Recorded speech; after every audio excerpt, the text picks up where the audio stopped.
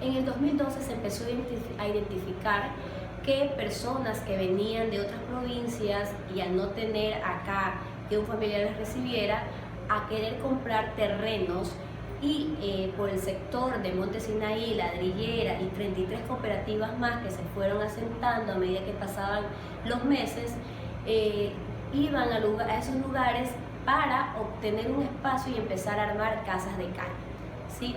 Eso de allí después empezaban a vender, ¿sí? Pero como no eran propietarios, porque se daban cuenta de que habían personas que sí realmente tenían el interés de adquirir una propiedad, abusaban de su ingenuidad y empezaban a vender esos lotes baldíos desde $800, $1000 hasta $5000, ¿sí? Una vez que se empezaban a presentar las denuncias de una forma ya formal ante las autoridades, es que interviene el gobierno nacional. Hasta en una ocasión esa gente fue desalojada hasta con caballos, vía aérea, también los desalojos eran muy fuertes en lo que se refiere no solo a la cobertura periodística, sino también a la parte humana de que había mucho drama, ¿sí? ¿Cómo abordaban esa cobertura los periodistas en los medios de comunicación?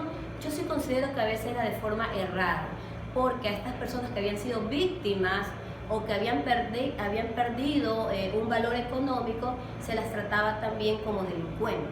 Y muchas veces ellos no eran delincuentes, ¿sí? Eran personas que habían ahorrado un dinero por muchos años y que habían hecho una muy mala inversión.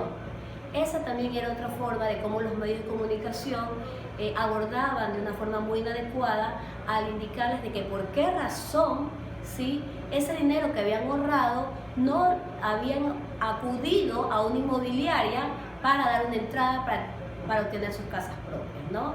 Entonces sí considero que a veces al periodista le falta un poco de tino al momento de elaborar las preguntas, porque yo siempre digo, el periodista no puede convertirse ni en policía ni en juez. Entonces cuando uno aborda este tipo de temas, también tiene que tener un poco de sensibilidad, porque al momento que uno va a entrevistar a la persona que ya por sí siente, porque conoce que cometió un error, ¿sí?, porque ella sabe que su dinero no lo va a volver a recuperar, ¿sí?, se le debe abordar de una forma donde uno le haga entender que cometió un error, sí, pero sin necesidad de acusarlo. Entonces, por ejemplo, cuando por allí algunos compañeros hacían siempre la pregunta de una forma muy desatinada para mi concepto, al preguntarles directamente, y señora o señor, ¿por qué usted entregó determinada cantidad y por qué no se compró una casa? ¿O por qué no fue a ese dinero lo invirtió en una inmobiliaria? Entonces allí donde las personas, el ciudadano obviamente sentía la prensa, en lugar de que sea ese nexo para dar a conocer la situación que estaban viviendo, sentían que a veces éramos como los enemigos.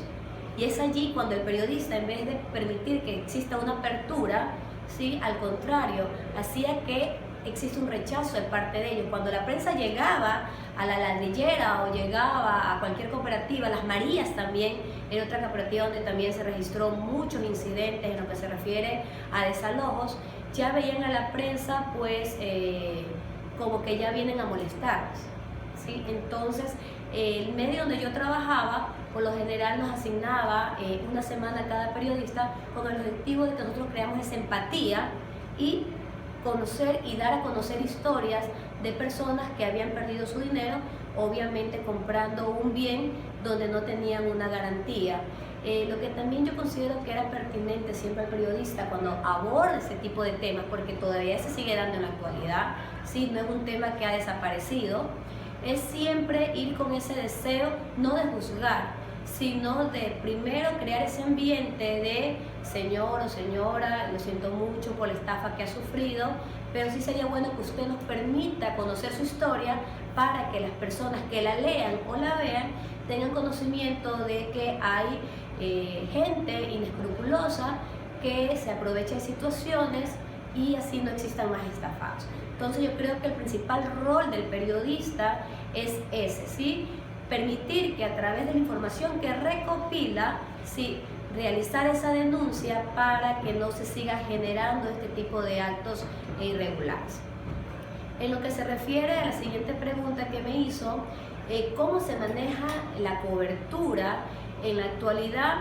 Pues no veo muchos cambios positivos, ¿sí? Yo creo que falta más que todo ese conocimiento, y que siempre lo digo en el aula de clase, el periodista tiene que tener el mismo comportamiento que tiene como persona. Si yo soy una buena persona, yo voy a ser un buen periodista.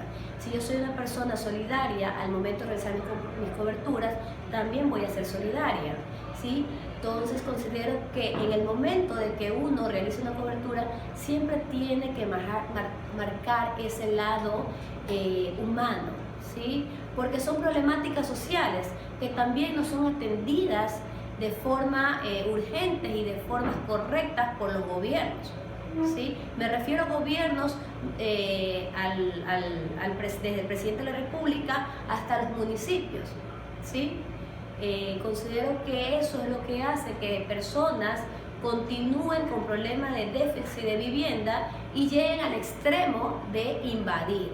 Eso sí, hay que dejar claro que la invasión es un tema de ilegalidad, ¿sí? Que se impone en una sociedad donde no cuentan con los servicios que debe ofrecer el gobierno y los municipios de poder obtener casas a un precio accesible, ¿sí? Si nosotros hablamos de inmobiliarias, hablamos de casas que se venden por sectores de Vía Daule o Vía La Aurora, que son casas que en la actualidad ya son superiores a $100.000, entonces no las personas tienen esa posibilidad de cancelar esa cantidad.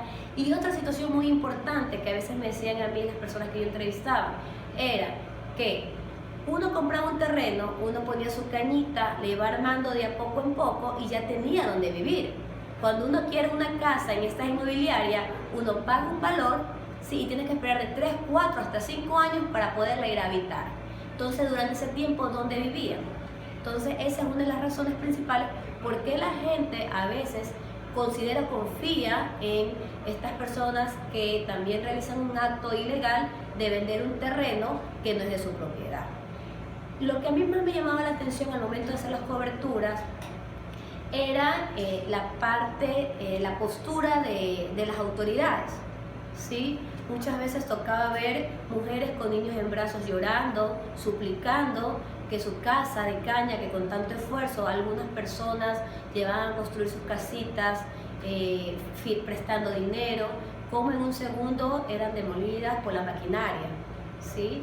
Entonces eso a mí sí me causaba un poco no puedo decir, porque eso sí, los periodistas tenemos que ser muy emocionales en el sentido de saber manejar nuestras emociones. No les voy a decir que el periodista tiene que ponerse a llorar ni irse en contra de la autoridad, no, pero sí saber manejar ese dolor. Entonces, tras vivir ese momento de que la autoridad llega en una maquinaria y me derrumba mi hogar en un segundo, porque en un segundo era derrumbado todas las casas de cañas, ¿sí?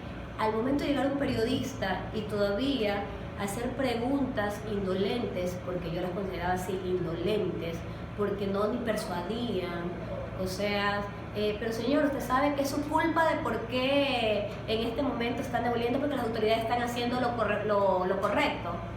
Entonces, yo lo que por lo general hacía era irme a un extremo y prefería no escuchar las preguntas que hacían mis colegas, ¿no? Guardo muchas imágenes de eso porque eran personas donde habitaban más de 8 o 9 miembros en una familia. La mayoría eran con muchos niños, criaturas que no tenían donde vivir, que después pasaban la intemperie. Nosotros como medio de comunicación a veces recorríamos todos los días, yo por general iba todos los días y convivía con ellos y a través de mis escritos reflejaba lo vulnerable que eran, ¿no? Es eso el llamado del comunicador social, dar a conocer una problemática para que las autoridades tomen cartas en el asunto y den una solución. De allí nace el plan sociovivienda, ¿sí? Para darle casa a aquellas personas que salían de esas invasiones. Sin embargo, claro que no fue el mejor proyecto habitacional, que eso no me corresponde a mí juzgarlo, ¿sí? Pero por lo menos fue una respuesta que tuvo el gobierno, que se sensibilizó a través de trabajos periodísticos, ¿sí?